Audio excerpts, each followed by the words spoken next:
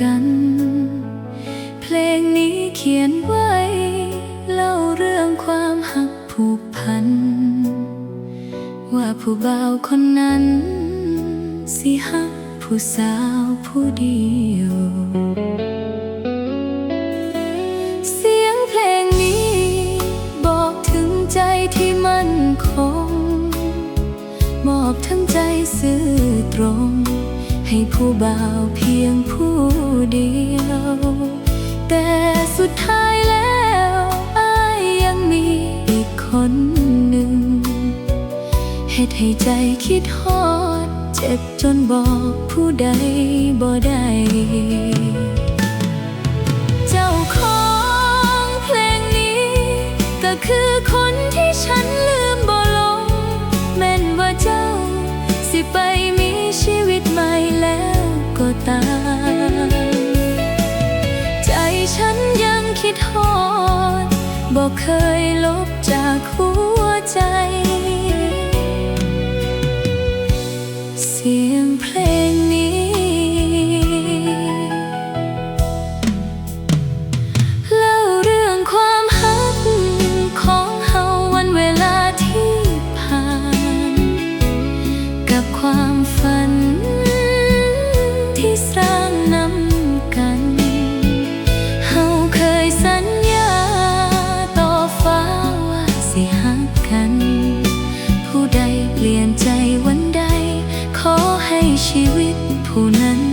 ดับสูญโอ้สวรรค์อย่าเฮ็ดอีหยังกับคนที่ฉันหักถึงแม้ว่าเขาบ่รักษาคำสัญญาเขา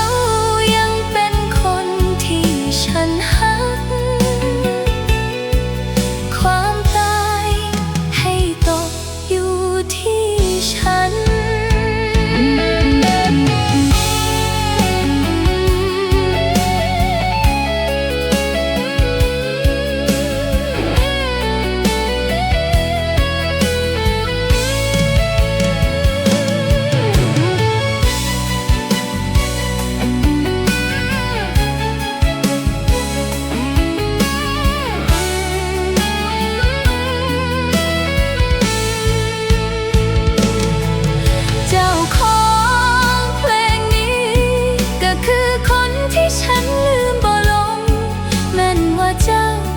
สิไปมีชีวิตใหม่แล้วก็ตามใจฉันยังคิดฮอดบ่เคยลบจากหัวใจเสียงเพลงนี้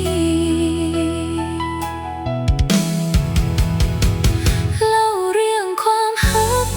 ของเฮาวันเวลาที่ผ่านกับความฝัน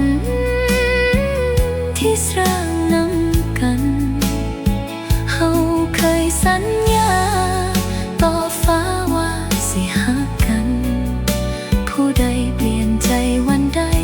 ขอให้ชีวิตผู้นั้นดับสูญโอ้สวรรค์อย่าเฮ็ดอีหยังกับคนที่ฉันหัก